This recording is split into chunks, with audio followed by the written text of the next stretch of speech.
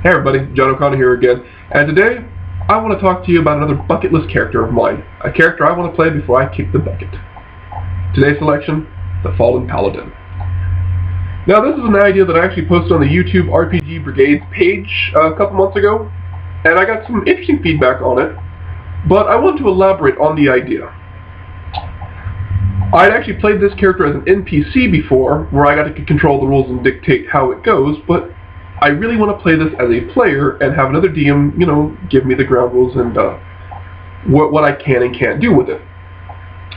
The general idea is that this person was a true follower of whatever deity in your world or my world, and followed them faithfully and honestly until a tragedy took away either a close friend, a group of family members, something where the character didn't denounce their faith, they just kind of lost faith in their god. But they still wanted to serve the greater good. So they lose their atonement for whatever reason, directly related to this thing. And it's basically one of those things that to earn their atonement back, all they would ever have to do is whatever atonement quest is given and admit that their god knows better than them.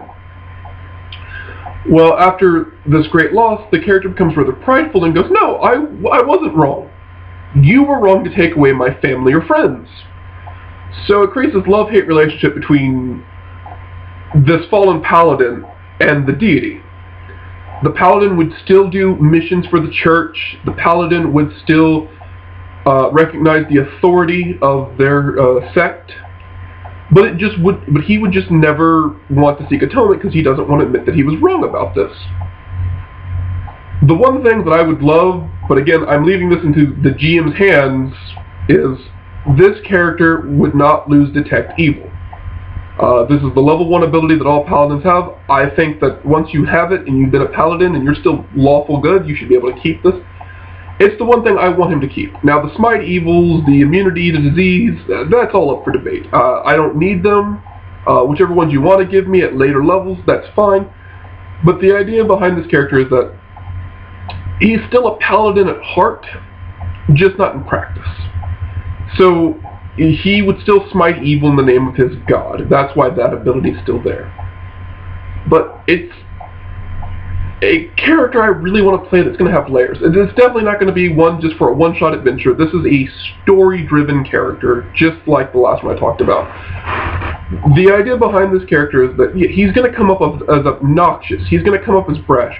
When he meets other paladins of his same sect, he's going to go, "Oh, well, aren't you a paladin so-and-so? You still got that stick up your ass, following Paylor around." But just the same, when he meets other lawful good deities, just like his faithful Paylor for this example, he's going to look at them and go, "You are a lesser deity, you are a joke, renounce your faith and join the ranks of Paylor, the only true good deity." So yes, he's brash and confrontational for the sake of being brash and confrontational. But it's one of those characters that once you actually sit him down and talk to him and, hear his life story, you're going to understand that his jadedness and assholery, he comes by honestly. He's lost a lot, and he's just chosen never to break down. He keeps fighting the good fight. He believes in his deity's message, he just doesn't believe his deity should have allowed his family or friends to die.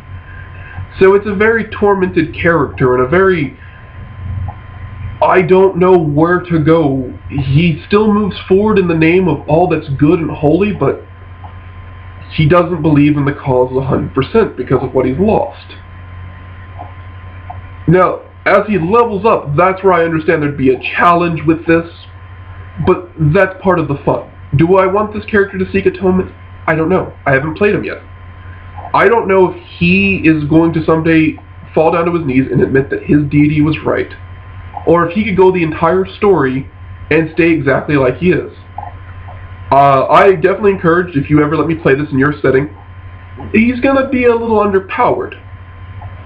So, there might be some balancing there, but it's underpowered on purpose. He's like that because he doesn't get all the other stuff the paladin will get when he does. So, I'm really creating a character that goes against the grain for the sake of going against the grain. maybe after I get my ass kicked a couple times, me as the player will go, okay, maybe he needs to seek atonement so he can be as strong to defend the others around him. Or if he gets lucky and, keeps kicking ass and fights as well as he could, if he, just as if he hadn't got his atonement, I'll keep him just the way he is. So, to that, I don't know if he wants to be atoned, but I know that I want him to be a little behind the curve because he isn't getting his atonement.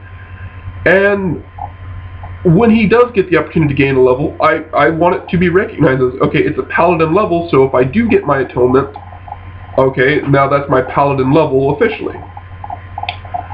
But I still admit this character has a couple mechanical kinks that need to be worked out, but between me and whatever GM takes it upon it. But I really stand firm behind his story. So, what do you guys think? Would you let me play the Fallen Paladin in your campaign? And if so, how would you go about it? I love hearing your feedback, so please don't be shy. Thanks.